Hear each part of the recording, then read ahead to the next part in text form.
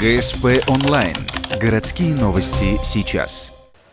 Понедельник, 17:30, Ледовый дворец имени Сергея Капустина. Игра чемпионата по хоккею среди женских команд. На льду Арктик Университет и Агидель. Для наших спортсменок это 6-я игра сезона и 3-я с уфимскими девушками.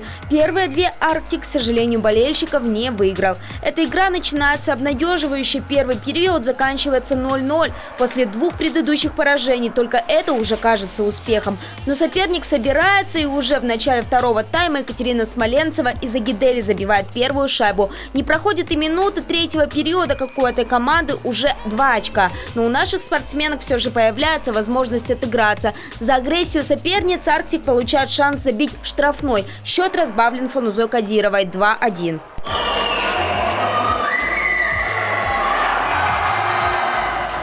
Трибуны ревут, и это подбадривает наших девушек, но несколько попыток штурмовать ворота соперника не заканчиваются успехом. Кажется, у спортсменок Арктика заканчиваются силы. В 3-м периоде одна за другой в их ворота влетают подряд 4 шайбы. Заканчивается матч со счетом 6-1 в пользу уфимской Агидели.